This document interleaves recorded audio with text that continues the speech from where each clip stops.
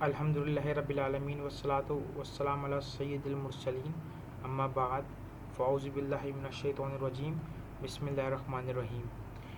Dear students, today we are discuss chapter number 18 of chemistry of our class 9th. So I hope that you have your book, pencil and notebook. If you don't have anything of it, please collect it quickly. And now open your books. तो बच्चों, जैसा कि हमने अपने last part में plastic और उसकी कुछ टर्मिनोलॉजीज़ को डिस्कस किया था, तो हम अभी पॉलीमर के बारे में पढ़ रहे थे, जो कि जिसकी एक टाइप है प्लास्टिक. यानी कि पॉलीमर एक बहुत बड़ा वर्ड है और इसकी एक छोटी सी टाइप है प्लास्टिक. तो हमें प्लास्टिक को समझने से पहले हमें ये समझना पड़ेगा कि ये पॉलीमर क्या, क्योंकि प्लास्टिक भी एक तरह का पॉलीमर है.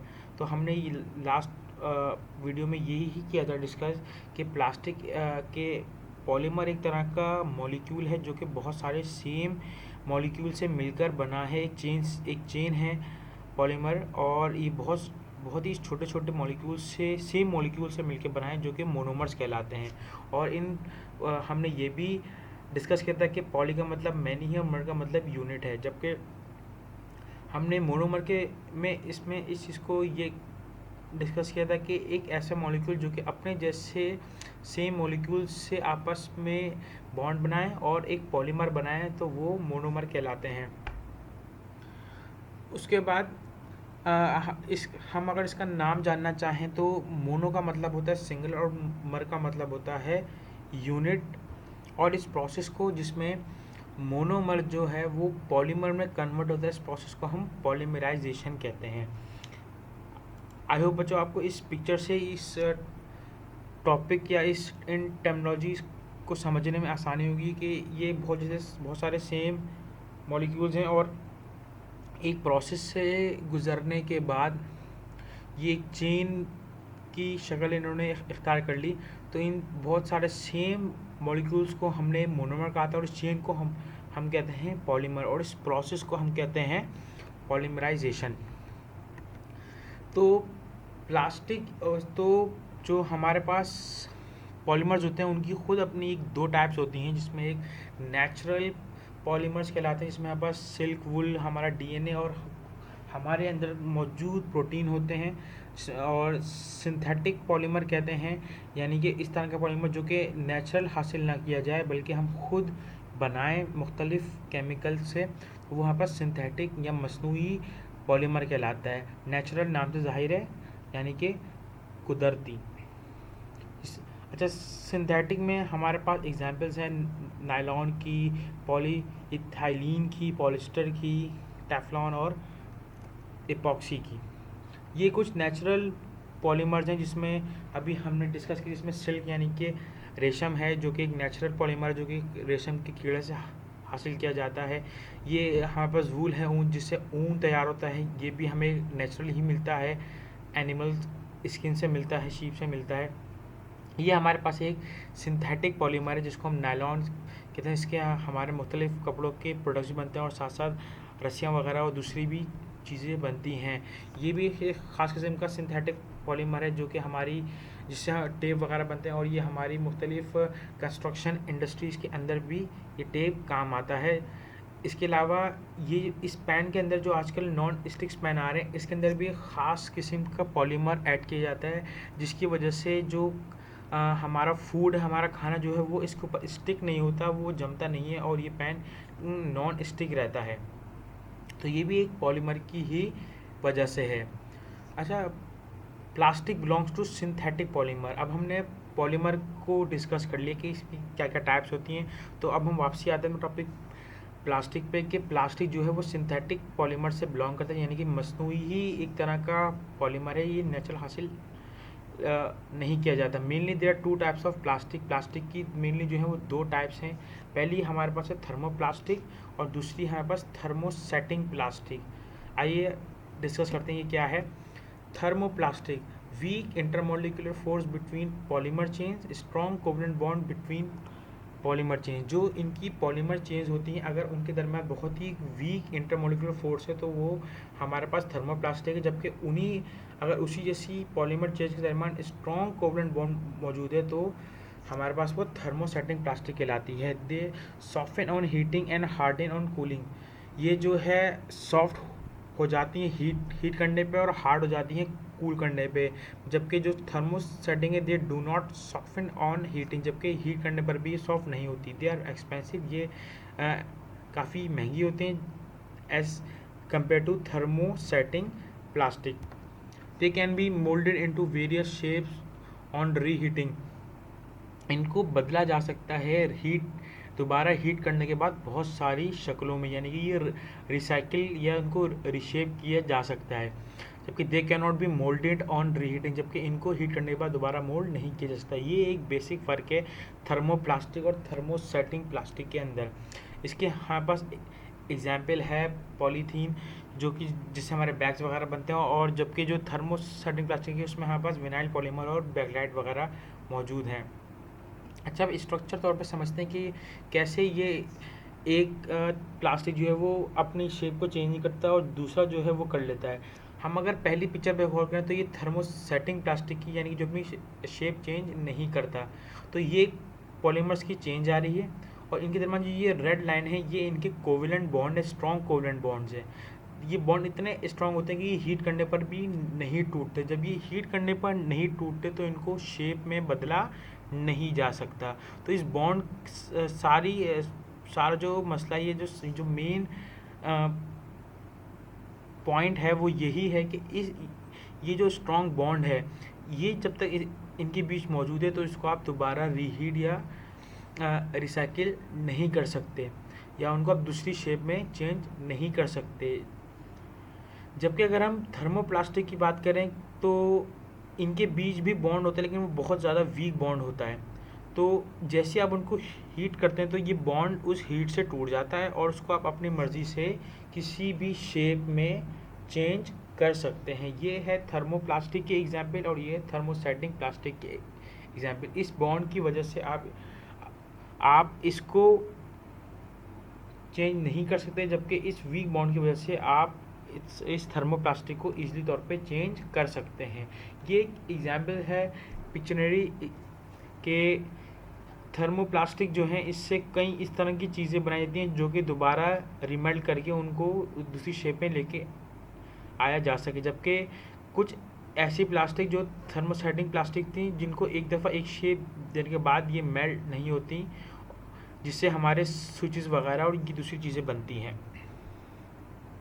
अच्छा, अब हम कुछ सोर्सेज मालूम करते हैं कि प्लास्टिक जो है ये जो हम बनाते हैं या जो हम उसको सिंथेसाइज करते हैं ये कौन कौन से मटेरियल से बनता है। तो पहला है कोल यानी कि कोयला, फिर है कॉटन पेट्रोकेमिकल, एक तरह का ऑयल है और जो कि ज़मीन से हासिल किया जाता है, वुड है लकड़ी से और गैस से। तो ये वो कुछ रॉ मटेरियल्स हैं जिनसे हम कुछ ख़ास केमिकल लेते हैं और फिर हम प्लास्टिक को बनाते हैं। अच्छा, इसकी एप्लीकेशन क्या क्या है कि प्लास्टिक्स की वर्सेटाइल है, मतलब एक से ज़्यादा प्रॉपर्टी रखता है, लाइट वेट है। हमको पता है कि प्लास्टिक का वजन आमतौर पर काफ़ी हल्का होता है, हाइजीनिक है। एक हाई टेम्परेचर से गुजरने के बाद जब इसको मेल्ट किया जाता है तो उसके अंदर किसी भी किस्म के जरासीम मौजूद नहीं रहते। तो ये कंप्लीट तौर पे हाइजीनिक है, हाईली ड्यूरेबल, एक लंबे अरसे तक चलता भी है हमारे पास प्लास्टिक। तो ये इसकी कुछ पॉजिटिव प्रॉपर्टीज़ हैं। अच्छा, ये कुछ प्रोडक्ट्स हैं हमारे पास जो कि हम डिस्कस करने वाला हूँ मैं आपसे, जिसमें बॉटल्स है, ड्रम्स है, ट्रेस, बॉक्सेस, कप्स वगैरह हैं, बेबी प्रोडक्ट्स और पैकेजिंग वगैरह। इन सब ये जितने भी हमारे पास प्रोडक्ट्स हैं इन सब के अंदर मुख्तलिफ़ किस्म की प्लास्टिक मौजूद है जो कि हम अपने डेली बेसिस पे यूज़ करते हैं। तो आपको प्लास्टिक की इम्पोर्टेंस का अंदाज़ा हो जाएगा। अच्छा, अब हम कुछ प्लास्टिक के ख़ास स्ट्रक्चर्स को डिस्कस करने जा रहे हैं कि कुछ तरह के प्लास्टिक बनते हैं। पहला है पॉलीइथाइलीन प्लास्टिक, जिससे हमारे बैग्स या बॉटल्स बनती हैं। ये पॉलीइथाइलीन जो है ये ये ख़ास तरह का मॉलिक्यूल है CH2 यानी कि इसको हम इथाइलिन कहते हैं, जिसमें कार्बन डबल बॉन्ड की सूरत में मौजूद है। यहाँ पे ये एज अ मोनोमर काम करता है और इस जैसे बहुत सारे जब आपस में जुड़ते हैं तो वो जो है पॉली इथाइलिन बनाता है। इथाइलिन जो है ये नाम यहाँ से है, और जब इसके नाम से पहले पॉली लगे तो इसका मतलब एक से ज़्यादा, तो ये सबसे ज़्यादा जो है इससे हमारे बैग्स वगैरह बनते हैं। सेकंड है विनाइल क्लोराइड यानी कि CH2CHCl। इसी में से अगर एक हाइड्रोजन रिमूव कर दें और इसके अंदर एक क्लोरीन ऐड कर दें तो हमारे पास ये विनाइल क्लोराइड बन जाएगा। ये एज अ मोनोमर है, और जब ये बहुत सारे आपस में ज्वाइन होते हैं जैसे कि हमने फर्स्ट में पढ़ा, तो ये एक पॉलीमर की चेन बनाते हैं और इसको हम पॉलीविनाइल क्लोराइड कहते हैं, इसको हम PVC का नाम देते हैं। हम आपने ये नाम ज़रूर सुना होगा आसपास के, भाई PVC का पाइप दे दो या PVC का एल्बो वगैरह। जब हमारे घर में जो प्लम्बर वगैरह काम वगैरह करने आते हैं तो आजकल जो चीज़ें यूज़ होती हैं हमारे पास प्लास्टिक की, वो इसी की होती हैं, PVC यानी कि पॉलीविनाइल क्लोराइड की। इसके अलावा इससे हमारी इलेक्ट्रिक केबल्स और सूटकेस वगैरह भी बनते हैं। तीसरी हमारे पास जो है वो बैकलाइट है, बहुत ही अहम है, फिनोल फॉर्मेल्डिहाइड पॉलीमर, यानी कि एक फिनोल के मॉलिक्यूल पे एक तरफ अगर फॉर्मेल्डिहाइड HCHO लग जाए और ये बहुत सारे आपस में जुड़ जाएं तो ये एक तरह का फिनोल फॉर्मेल्डिहाइड पॉलीमर बनता है, जिसको हम इंडस्ट्रियल ज़बान में बैकलाइट के नाम से जानते हैं। और इससे हमारे स्विचेस और बोर्ड्स, कैमरा, फ़ोन्स वगैरह और रेडियो इसी प्लास्टिक से बनते हैं। अच्छा, इसी के स्ट्रक्चर को हम एक एक करके डिस्कस कर रहे हैं। पहले हमने इथाइलिन पढ़ा था, जैसे कि C2H2। जब ये बहुत सारे आपस में ज्वाइन हो जाते हैं और एक ख़ास कार्बन चेन इनको आपस में लॉक कर देती है, तो ये इस पॉलीमराइजेशन के प्रोसेस के बाद जो है ये पॉली इथाइलिन कहलाते हैं। और इनको शॉर्ट फॉर्म में आप इस तरह लिखते हैं कि एक इथाइलिन का मॉलिक्यूल बनाते हैं और उस तरफ एक ब्रैकेट करके N लगा देते हैं, तो ये N जो है ये करता है कि ये बहुत लंबी चेन है। इसी तरह हमने जो सेकंड में पढ़ा वो पॉलीविनाइल पढ़ा, C2H3Cl। अगर जैसे सेम मॉलिक्यूल आपस में जुड़ते चले जाएं तो ये पॉलीविनाइल क्लोराइड बना लेंगे। ये वही है प्रोसेस पॉलीमराइजेशन जो कि हमने स्टार्टिंग में पढ़ा था कि ये दो सेम मॉलिक्यूल यानी कि मोनोमर सब आपस में ज्वाइन होते हुए चले जाएंगे तो ये पॉलीमर बनाते चले जाएंगे और उस प्रोसेस को हम पॉलीमराइजेशन कहेंगे। सेम ये प्रोसेस बैकलाइट के अंदर भी होता है कि जब ये फिनोल और फॉर्मेल्डिहाइड आपस में ज्वाइन होते हुए जाते हैं तो ये बैकलाइट की एक चेन बनती हुई चलती रहती है। आई होप बच्चों आपको इस प्लास्टिक का टॉपिक समझ में आया होगा, जिसमें हमने पॉलीमर वगैरह और इसकी टाइप्स को पढ़ा। अब हम जो आप सबसे अहम टॉपिक पढ़ने जा रहे हैं वो है हमारे पास पेंट्स के हमारे पास दो टाइप के बच्चों पेंट्स होते हैं, एक ऑयल पेंट और एक वाटर पेंट। जबकि जो ऑयल पेंट की हमारे पास कॉम्बिनेशन है वो ये है कि इसके अंदर लिनसीड होता है, थिनर होता है, पिगमेंट और एक ड्रायर होता है जो कि इसको बाद में सुखाता भी है। जबकि हम अगर वाटर पेंट की बात करें तो उसमें hydrocarbon, butadiene, polymers, polyvinyl acetate और ये सारे केमिकल्स मौजूद होते हैं, जिससे काफ़ी डिफरेंट होता है। This type of paints are applied over wooden और आयरन सर्फेसिस। जो ऑयल पेंट होते हैं ये आपके पास लकड़ी और आयरन जैसी सर्फेसिस पे इस्तेमाल होते हैं, जबकि आपके पास जो वाटर पेंट है वो आपके पास वॉल वगैरह पे और इंटीरियर या अंदरूनी काम के लिए इस्तेमाल होते हैं। जो ऑयल पेंट होते हैं हमारे पास वो इनेमल्स कहलाते हैं, जबकि जो हमारे पास वाटर जो पेंट्स हैं हमारे पास डिस्टेम्पर और प्लास्टिक इमल्जन कहलाते हैं। ये बहुत कॉमन वर्ड है डिस्टेम्पर, जो आपने आमतौर पे भी सुना होगा। ये पेंट्स हैं ऑयल पेंट्स। अब हम बात करते हैं वर्निशेस की। ये एक तरह का नया नाम है, लेकिन ये आप लोगों ने बिल्कुल अपने घरों में ये पॉलिश होती हुई देखी होगी। वर्निशेस क्या है? A liquid for applying on wood, metal or other metals to form a hard clean shiny surface when dry. एक तरह का खास लिक्विड जो लकड़ी, लोहे या दूसरी चीज़ों पे लगाया जाता है ताकि वो शाइनी और बिल्कुल साफ़ सुथरे तौर पर रहें।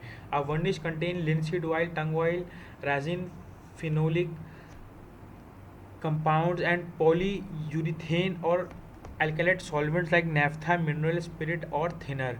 ये वो सारे इंग्रेडिएंट्स हैं जो इस वर्निश में इस्तेमाल होते हैं। In the preparation of a varnish the amount of oil with respect to resin use to effect the applicability of the varnish. जब अगर आप वर्निश के अंदर ऑयल की अमाउंट चेंज करते हैं और रेजिन की अमाउंट भी, जो एक तरह का ख़ास जेल लाइक सब्सटेंस है, तो इस वर्निश की एप्लीकेशन भी खासी डिफरेंट हो जाती है। Varnish can be use to protect wooden surfaces like windows, doors, floors and roof trusses from atmosphere. यानी कि धूप या माहौल से बचाने के लिए आप अपनी घर में फर्नीचर वगैरह को वर्निश करवाते हैं। ये आपने इस तरह की पिक्चर्स लाजमी अपने घरों में आसपास देखी होगी कि ख़ास किस्म के लकड़ी के ऊपर एक तरह की पॉलिश की जाती है, जिससे वो बाहर के माहौल से थोड़ी प्रोटेक्टेड रहती है और उसका शेप भी चेंज रहता है और वो काफ़ी शाइनी भी रहती है। तो ये इस ख़ास किस्म के पॉलिश को हम वर्निश का नाम देते हैं। इसका काम ही बेसिकली यही होता है बेटा कि ये वुड वगैरह को बाहर के एटमॉस्फेयर से सेव रखे, और ये भी हमारी इंडस्ट्रीज़ में तैयार होती हैं। अब हम बात कर रहे हैं पॉलिशेस की, कि पॉलिशेस क्या होती हैं। आप protective layer applied upon a surface is called a polish. एक ऐसी लेयर जो कि अप्लाई हो एक सरफेस पे जो कि प्रोटेक्शन का काम करे हमारे पास, वो चीज़ हमारे पास पॉलिश कहलाती है। Polish applied on shoes is called shoe polish. जो पॉलिश शूज़ पे अप्लाई होती है वो यहाँ पर शू पॉलिश कहलाती है, जो कि हम जहाँ भी ऑफिस, दफ्तर वगैरह या स्कूल आते हैं तो हम अपने शूज़ पे वो जो पॉलिश करके आते हैं। It can be described as black shoe, brown shoe polish, जो कि हमारे पास ब्लैक और ब्राउन शू पॉलिश की शक्ल में आती हैं। अच्छा, हम बच्चों अगर हम इसके फंक्शन की बात करें तो इसके अंदर एनिमल चारकोल होता है, बिस्मार्क ब्राउन नाम का एक केमिकल्स होता है जो कि इनको कलर प्रोवाइड करता है। Wax is use to maintain the softness and provide shine to shoes. Wax जो है इसके अंदर मोम जो है वो इसके अंदर सॉफ्टनेस और उसको चमक प्रोवाइड करता है, जबकि turpentine oil provide softness to shoes and prevent them for drying. जबकि इसके अंदर एक ख़ास किस्म का ऑयल यूज़ होता है, इसको टर्पेटाइन ऑयल कहते हैं। वो इसको सॉफ्टनेस और इसको सूखने से बचाता है। It also helps in the absorption of the polish in the leather of would. ये ऑयल साथ साथ जो है वो हेल्प करता है एब्जॉर्प्शन की लेदर में पॉलिश को। कंपोजिशन अगर हम पढ़ते हैं ब्लैक शू और ब्राउन शू की, तो it is mainly composed of powdered animal charcoal, B wax यानी कि जो मोम हासिल किया जाता है शहद की मक्खी के छत्ते में से, वो उसको हम बी वैक्स कहते हैं। और कार्नुबा वैक्स, टर्पेटाइन ऑयल और निग्रोसिन ऑयल, ये सारे जितने भी इंग्रेडिएंट्स हैं, ये जितने भी केमिकल्स हैं, ये ब्लैक शू पॉलिश के अंदर इस्तेमाल होते हैं। जबकि हम अगर ब्राउन शू पॉलिश की बात करें तो इसके अंदर Bismarck brown, potassium carbonate, palm oil और टर्पेटाइन ऑयल और सोप आमतौर पे इस्तेमाल किया जाता है। हम अगर इसकी प्रिपरेशन की बात करें तो इसके अंदर इसकी प्रिपरेशन कुछ इस तरह होती है कि जो प्योर बी वैक्स है उसको पहले मेल्ट किया जाता है एक वाटर बाथ के अंदर, उसके बाद उसके अंदर टर्पेटाइन ऑयल को ऐड किया जाता है, फिर इनको अच्छी तरह मिक्स करके कूल या ठंडा करने के लिए रख दिया जाता है। उसी दौरान जो है दूसरे कंटेनर में हम कॉस्टिक सोडा यानी कि NaOH लेते हैं और उसको एक मिनिमम क्वांटिटी ऑफ वाटर यानी कि बहुत ही कम अमाउंट के पानी में अच्छी तरह उसको हीट करते हैं। जब वो एक तरह का लाई यानी कि एक अल्कलाइन सोल्यूशन बन जाता है, फिर हम इस लाई को जो है हम उसी टर्पेटाइन ऑयल और वैक्स के अंदर ऐड करते हैं। जब हम लाई को उस टर्पेटाइन ऑयल के अंदर ऐड करते हैं तो जब तक ये थिक नहीं हो जाता फिर हम उसमें निग्रोसिन ऑयल को ऐड करते हैं। फिर हम इसके अंदर powdered charcoal, animal charcoal add करते हैं अगर हमें ब्लैक कलर की पॉलिश बनानी है तो, वरना हम बिस्मार्क ब्राउन एक सोल्यूशन इसमें ऐड करेंगे और साथ साथ हम इसके अंदर पर्ल ऐश भी ऐड कर सकते हैं जिसको हम पोटेशियम कार्बोनेट के नाम से जानते हैं, जो कि ब्राउन कलर का होता है।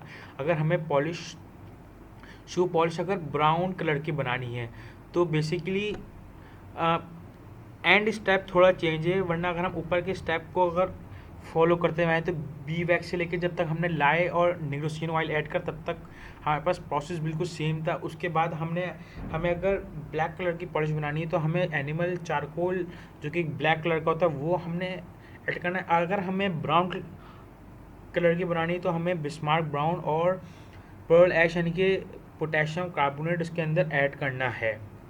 आई होप बच्चों आपको ये टॉपिक समझ में आए होंगे कि हमने किस तरह इंडस्ट्रीज़ के अंदर एक मुख्तलिफ़ केमिकल्स को ऐड करके हम मुख्तलिफ़ प्रोडक्ट्स बनाते हैं और इंडस्ट्रीज़ कैसे इनसे प्रॉफिट अर्न करती हैं। In the end, dear students, I hope that everything I have taught in this lesson is very clear. Revise it at home. May Allah strengthen your memory. Ameen.